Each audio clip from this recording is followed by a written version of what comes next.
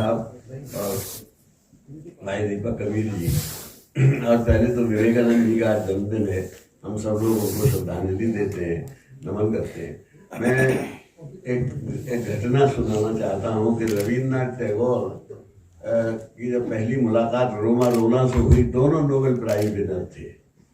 तो रोमा रोला ने कहा कि हम भारत के बारे में जानना चाहते हैं कुछ। तो रविन्द्रनाथ टैगोर जी ने कहा कि सिर्फ विवेकानंद की जीवनी पढ़ लो और लिख देना उन पर कुछ, आप भारत के बारे में फिर सब कुछ जान जाएंगे, इसके बाद फिर जानने को कुछ बचेगा नहीं। बहुत बड़ा कॉम्प्लीमेंट था जो रविन्द्रनाथ टैगोर ने दिया। तो मैं और बात आगे करूँ उसे कि इसी तरह से इस कैलेंडर को पढ़ने के बाद एक बात जो स्पष्ट दीपक कबीर जी से हमारी बातचीत हुई कि समाजवाद केवल चुनावी पार्टी नहीं है। जब गांधी जी और भगत सिंह में चाहे कितना ही मतभेद हो हिंसा और अहिंसा पे साधन और साध्य को लेकर, लेकिन एक बात में दोनों लोग एक मत थे कि हम आज़ादी के लिए आज़ादी नहीं चाहते, व्यवस्था परिवर्तन के लिए आज़ादी चाहते हैं। हम इस समाज की जो संरचना है, जो ऊंच नीच है और वर्गीय लंबवत है, उसको क्षैतिज करना चाहते हैं। इसी को लोहिया जी यूँ कहा करते थे कि हम खड़ी लकीर को पड़ी लकीर में बदलना चाहते हैं। तो ये जो व्यवस्था परिवर्तन था, ये उद्देश्य था आज़ादी का। हम आज जब देखते हैं तो हम उसी के लिए लड़ रहे हैं। हम इसलिए नहीं लड़ रहे हैं कि हम केवल सत्ता में आ जाएं। सत्ता में तो इसलिए आना चाहते हैं कभी कि जब अगर हम कहते रहेंगे तो कुछ होगा नहीं। हमने कविताएं बहुत सी लिखी, लेकिन उन कविताओं का हम उनको पूरा कब कर पाए, जब हम खुद एमपी हुए तब। तो जब सत्ता में आदमी होता है तो कुछ कर लेता है। मैं जैसे हमने गाँव के उत्थान में बहुत सा लिखा, लेकिन बाद में जब हमको मौका मिला तो हमने करके दिखाया। ये हमेशा से होता है। साहित्य और राजनीति का बड़ा गहरा संबंध है।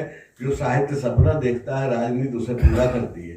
तो समाजवादी पार्टी सपना देखती भी है और पूरा भी करती है।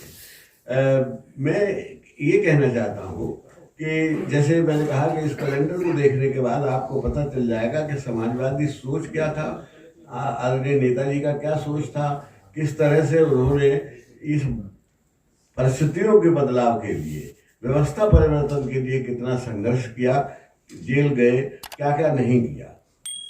विवेकानंद जी के बारे में नेहरू जी ने एक वाक्य कहा है कि विवेकानंद जी पुरातन और नवीन भारत के बीच के पुल थे।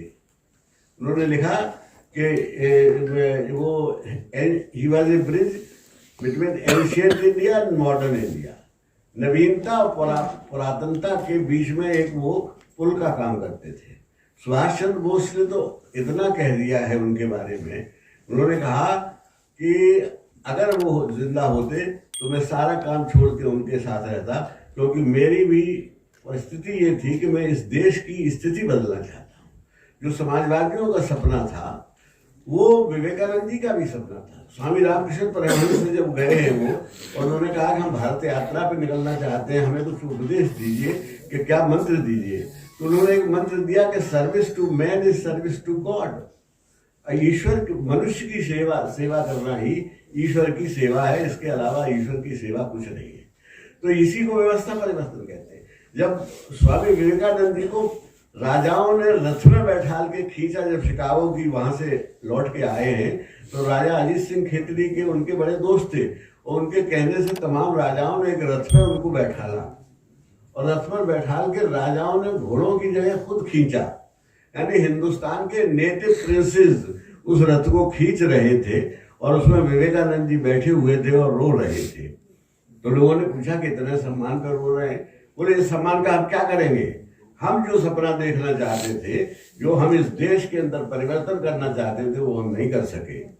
तो ऐसे महान पुरुष के ऊपर मैं तो रोमा रोला की पूरी जिंदगी जो उन्होंने लिखी है जीवनी, वो पढ़ी। फिर 3 किताबें रोमा रोला ने लिखी है, एक लाइट ऑफ एशिया बुद्ध के ऊपर, एक गांधी जी के ऊपर, एक विवेकानंद जी के ऊपर, और तीनों कहा है 3 टीचर्स ऑफ इंडिया।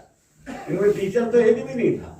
वहाँ टीचर्स का मतलब है कि ये जो समाज को परिवर्तन करने के लिए, समाज को दिशा देने वाले लोग थे, तो उनमें से विवेकानंद जी एक थे। हम उस पर तो बहुत दिन बोल सकते हैं, लेकिन हम जानते हैं कि समय कम है, तो मैं इसलिए आपकी तरफ से, अपनी तरफ से हम विवेकानंद जी को सबको श्रद्धांजलि देते हैं उनको।